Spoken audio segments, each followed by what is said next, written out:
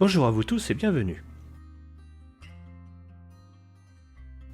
Aujourd'hui, nous partons à la découverte de Néry. Néry est un village de 685 habitants sans gentilé et se trouve sur le plateau agricole en bordure de la vallée de l'Automne. Ce village est principalement situé sur la route départementale 98 qui va de Ormois-Villers à La Chelle. Sur un territoire de 16 km², environ 14 km² sont consacrés à l'agriculture. Néry compte 3 hameaux. Vérines, Le Huleux sur le plateau du Valois et Vaucelles dans la vallée de l'Automne près de Béthisy-Saint-Pierre. Néry compte aussi un écart, la ferme de feu au sud du village. Néry était appelé autrefois Néry IE en 1165 et la même année Néreux, puis Nériacum en 1186, puis Néry avec un I et enfin Néry. L'origine de ce nom viendrait de Ner qui veut dire source jaillissante, probablement due au fait que le rue de la Douille, qui se prononce aussi Douy, prend naissance au pied du village. Vaucelles, qui fut appelé Vaucellarae en 1165, puis Vaucellae en 1180, Vauxelles et Vauxelles en Béthisy, est justement situé à la frontière ouest de Béthisy-Saint-Pierre. C'est selon Carlier un lieu très ancien qui a commencé par une chapelle des premiers temps du christianisme. C'était un fief dont la seigneurie appartenait au XIIIe siècle à Renaud de Nanteuil, évêque de Beauvais. Ce prélat fit présent du château vers 1271 à Eustache de Neuville qui avait épousé sa nièce. Il y avait en 1284 plusieurs chapelains chargés de desservir l'église sous l'invocation de Sainte-Madeleine. Renaud leur légua un muid de blé à prendre sur le moulin de Néry, une place devant la chapelle et 10 livres parisis pour bâtir une maison. L'église a été démolie probablement avant la Révolution. Vérines se nommait jadis Victrinae en 1380, Verinae, Veterinae, Vérine avec 2 R, Vérigne et enfin Vérine. Ce hameau est situé sur la D98 entre Néry et Trumilly. Ce lieu est un démembrement du domaine royal de Verberie et de la seigneurie de Néry. Il appartint à la maison de Nanteuil et fut vendu en 1339 par Jean de Vérine, écuyer à la communauté religieuse de Senlis. Le village fut entouré de murs en 1582 à l'occasion de querelles de religion. Il fut pillé en 1636 par les troupes espagnoles irritées du fait que la population avait fui. Le Huleux, Huélis en 1210, est un autre hameau de Néry situé au sud-ouest sur la D113 en direction de Rully. Le Huleux ne compte qu'une vingtaine de maisons, mais est surtout très intéressant pour son manoir dont on parlera un peu plus tard. Néry compte aussi un écart, la ferme de feu. Il s'agit d'un ancien fief de la châtellenie de Béthisy. Le colombier et les anciens bâtiments d'exploitation datent pour l'essentiel du XVIe, mais le logis, au fond, pourrait remonter au XIVe, voire XIIIe siècle. Dans des temps anciens, la région était habitée car les conditions de vie y étaient favorables. En 1973, un gisement préhistorique a été révélé au mont Cornon et les sarcophages ont été découverts au lieu dit la Croix-Rouge. L'histoire de Néry commence le 14 octobre 719 où Charles Martel bat les Neustriens de Rainfroid qui s'étaient pourtant alliés au duc Eudes de Gascogne. Néry fut à l'origine une dépendance du territoire connu sous le nom de Longmont, lequel était compris dans le domaine de Verberie et faisait partie du pays du Valois. Raoul II, comte de Crépy, ayant partagé vers 1027 ses immenses domaines entre ses 2 fils, la terre entra dans le lot échu à son 2e fils, Thibaut le Riche, déjà seigneur de Nanteuil-le-Haudouin. Les seigneurs de cette maison conservèrent Néry jusqu'au XVe siècle, mais ils le démembrèrent au point que, selon Carlier, la terre formait à la fin du XIIe plus de 40 fiefs. Les bouteillers de Senlis avaient dans le XIIIe siècle plusieurs possessions à Néry.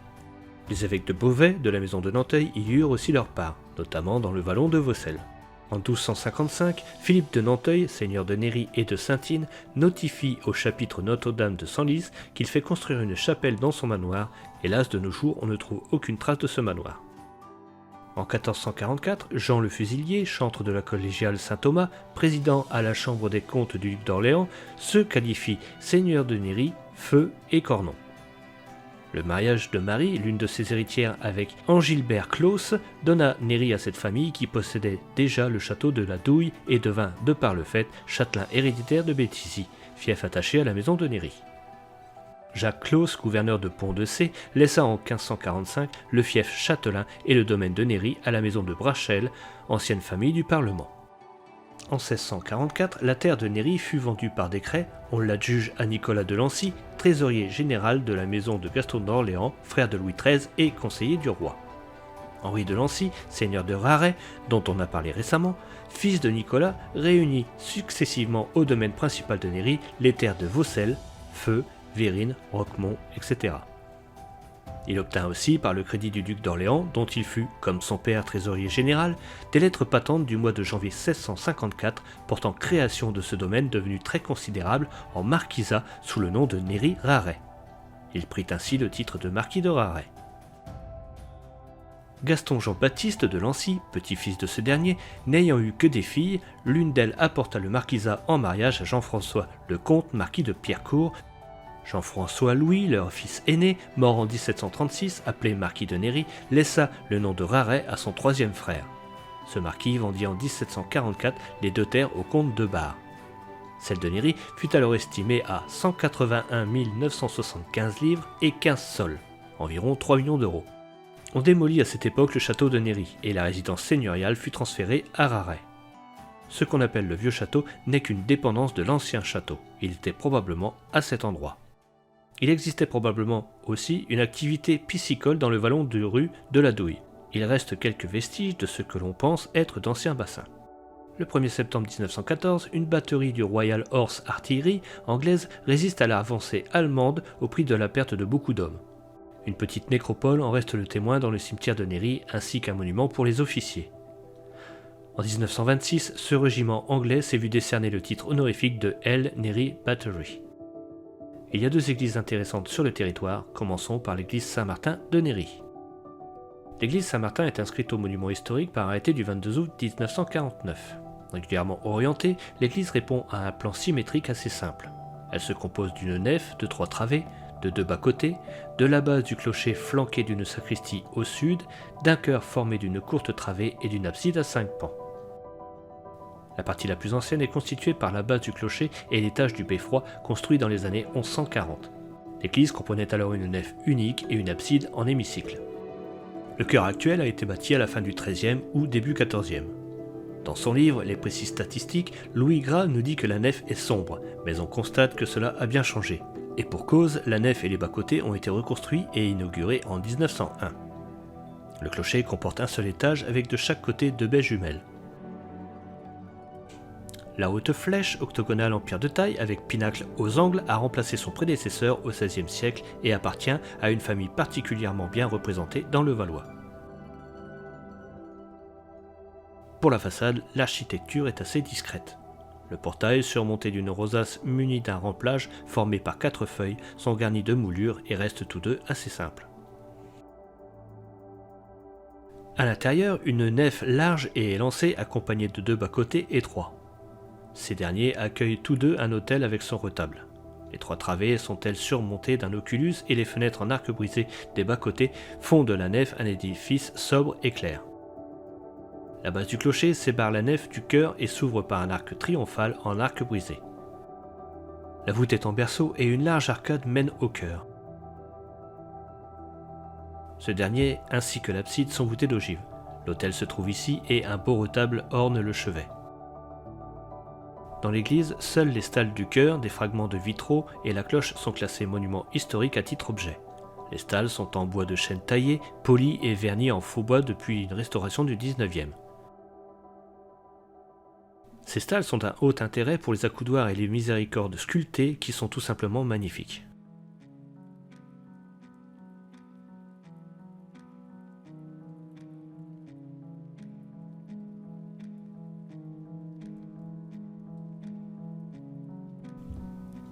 Les vitraux de l'abside sont des regroupements de fragments de vitraux du XVIe. L'église Saint-Martin conserve quelques statues et éléments remarquables comme ses fonds baptismaux. Je vous laisse en profiter un peu.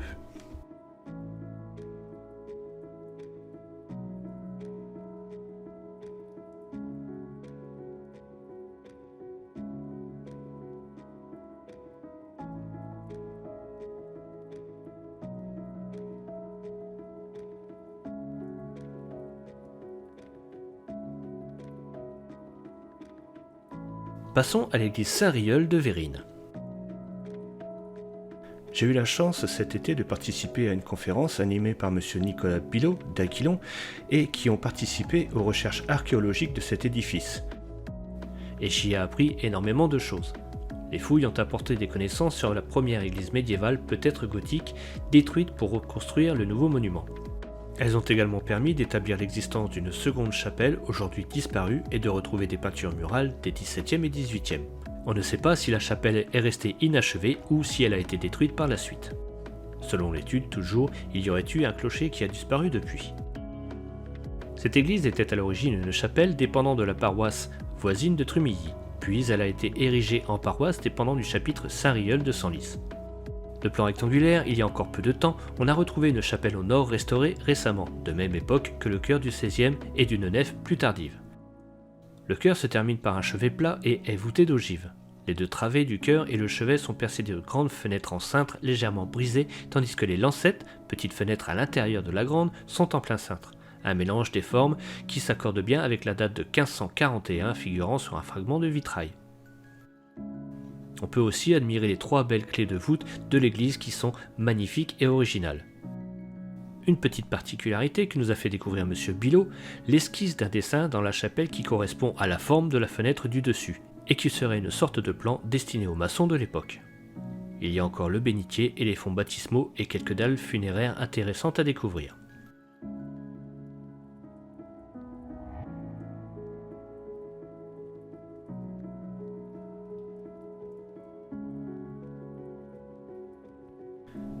Continuons la visite des monuments de Néry. Restons à Vérines pour découvrir ce magnifique ancien hôtel seigneurial dont on ne sait pas grand chose, si ce n'est qu'il a été restaurant dans les années 70-80. C'est en tout cas une très belle et magnifique demeure.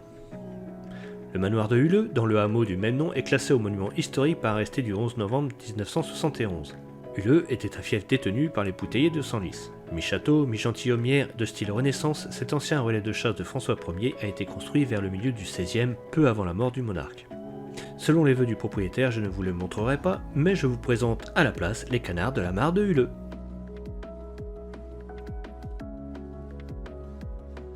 Retournons dans le village de Néry pour continuer la visite. En face de l'église, de chaque côté, 2 morceaux de l'histoire du village. À gauche, la ferme de Néry, dont le portail est inscrit au monument historique par arrêté du 16 septembre 1949. De cette ferme seigneuriale du XVIe ne reste que le double portail et le reste d'un hôtel seigneurial médiéval non visible. À droite de l'église, une autre ferme est le manoir de Lésigny. Cette ferme du XVIe possède 2 cours successives séparées par le manoir, dont la première où l'on voit le colombier. Les longues façades sur la rue sont pratiquement aveugles, mais on peut voir, comme à la ferme de Bétancourt, les choguettes à encorbellement de l'angle sud-ouest du manoir.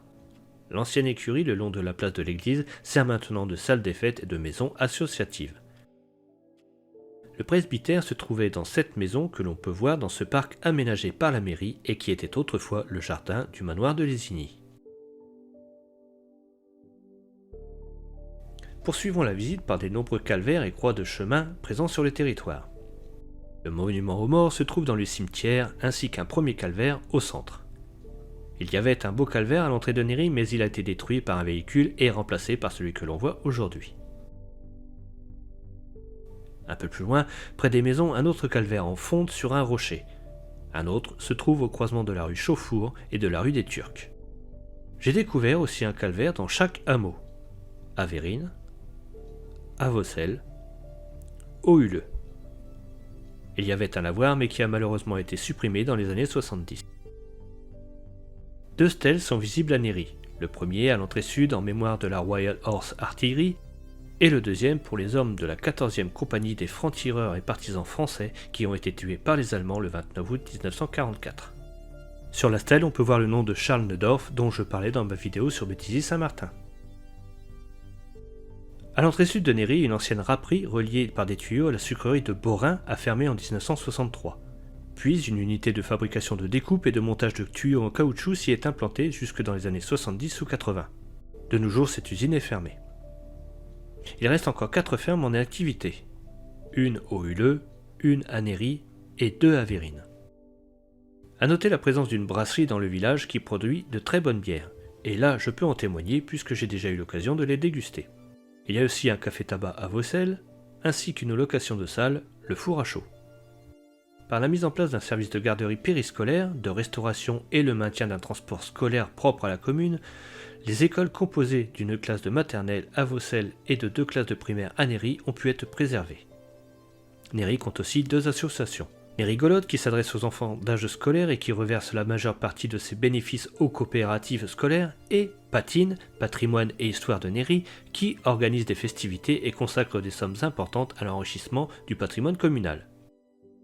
D'ailleurs, on peut voir quelques panneaux explicatifs sur le patrimoine de Néry qui sont installés dans le village et les hameaux. Pour finir, je peux vous suggérer aussi la belle balade à pied qui va de la rue des Turcs à Vaucelles et Béthisy-Saint-Pierre, en passant sous le viaduc inachevé de la ligne Aulnay-sous-Bois-Rivecourt. De même, les balades en vélo sont mises en valeur avec de belles pistes cyclables existantes et en projet. Voilà, je pense avoir fait le tour du village de Néry et de ses hameaux. Néry et ses environs sont un endroit propice aux randonnées, à la découverte du patrimoine et à la tranquillité. J'espère que cette découverte vous aura fait connaître Néry et vous avoir donné envie de vous promener dans ses rues pour voir ses monuments. En tout cas, en partant du parking de l'église, on peut faire le tour du village en moins d'1 heure et cela en vaut vraiment la peine. Je remercie beaucoup Monsieur Picard, le maire de Néry, pour son accueil et sa gentillesse, ainsi que toutes les personnes qui m'ont aidé dans la réalisation de cette vidéo. Je remercie particulièrement les propriétaires et le gardien de la ferme de feu pour leur accueil et leur gentillesse. Je vous retrouve bientôt pour une nouvelle découverte d'un village isarien. En attendant, commentez, mettez un petit j'aime et partagez un maximum. C'est très important pour le référencement. A bientôt. Au revoir Néry.